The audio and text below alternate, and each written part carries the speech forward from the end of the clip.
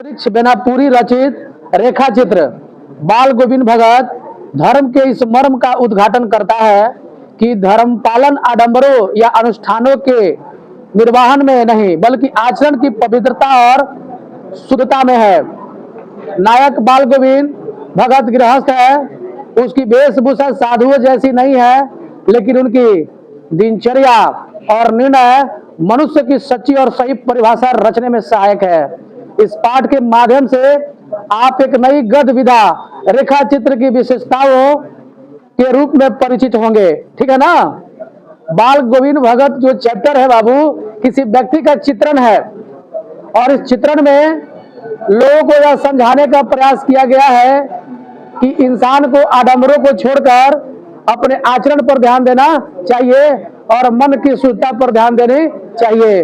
लेकिन आज का दिन ऐसा है, आज का समय ऐसा है कि लोग ओरिजिनलिटी पर ध्यान न देकर बनावटी बातों पर क्या करते हैं, ध्यान देते हैं। लोग थियरी जो है कपड़ा पहन लेता है और टीका धारण कर लेता है तो समझ लेता है कि हम पंडित हैं, लेकिन ऐसी बात नहीं है।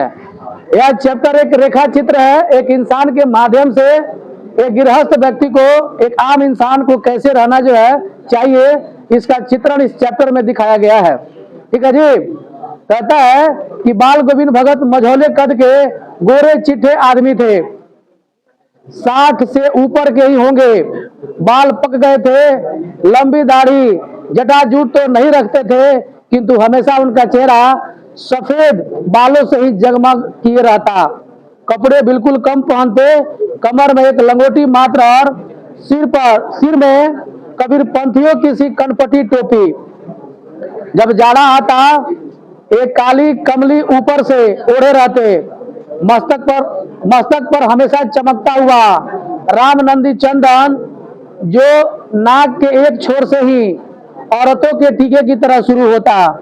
गले में तुलसी की जड़ों की एक बंडल माला बांधे रहते। ऊपर की तस्वीर से यह नहीं माना जाए कि बाल गोविंद भगत साधु थे, नहीं, बिल्कुल गृहस्थ। उनकी गृहिणी की तो मुझे याद नहीं, उनके बेटे और पतोहू को तो मैंने देखा था। थोड़ी खेती बाड़ी थी, एक अच्छा साफ सुथरा मकान भी था। ठीक है, कर दो।